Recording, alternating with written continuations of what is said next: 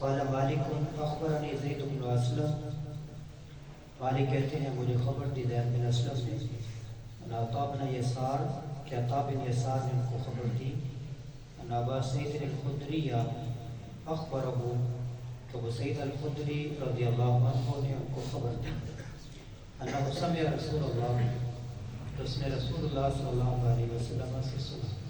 یقول آپ فرما رہے تھے اذا اسلم العبد، جب کوئی بندہ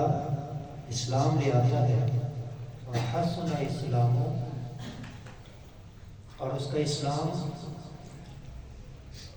اچھا ہو جاتا ہے، اس میں حسن آ جاتا ہے،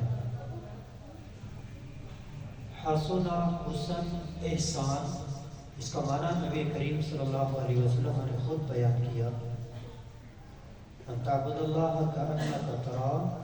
فإن لم تکن تراہ فإنہ یراک۔ ایک آدمی مسلمان ہوا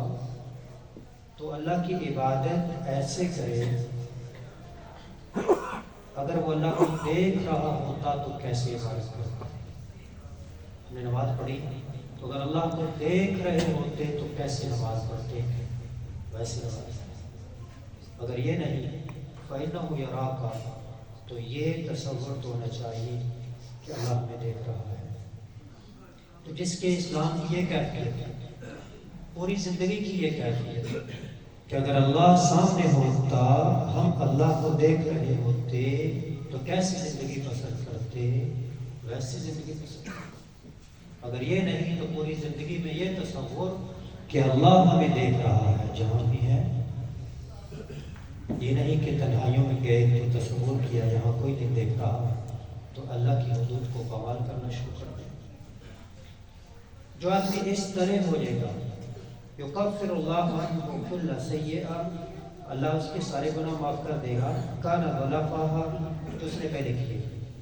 وکان بعد ذالک القصاص، اور اس کے بعد بدلہ اور صلے والا معاملہ ہوگا۔ اگر گناہ کرے گا تو اس کا بدلہ، نیکی کرے گا تو اس کا کیسے، الحسنۃ بعشر امثالہا، ایک نیکی کا بدلہ 10 گنا، الی 700 ضعف، ایک روایت میں 70 ہے، 10 گنا، 70 گنا، 700 گنا، الی اضعاف کثیرہ، اور اس سے بڑھ کر 7,000، 7 لاکھ، 7 کروڑ بھی آپ دے جا سکتے ہیں۔ جس قدر اخلاص زیادہ ہوگا، ایک نیکی کا بدلہ اس قدر بڑھتا جائے گا، اور گناہ جو ہوگا وسیعت مثلہا، ایک گناہ کا ایک گناہ ہی لکھا جائے گا، الا یتجاوز اللہ عنہا، الا یہ کہ اللہ وہ بھی معاف کر دے۔ اللہ کریم سے دعا ہے کہ اللہ کریم ہمیں اپنے اسلام کے اندر حسن اور احسان پیدا کرنے اور اختیار کرنے کی توفیق عطا فرمائے۔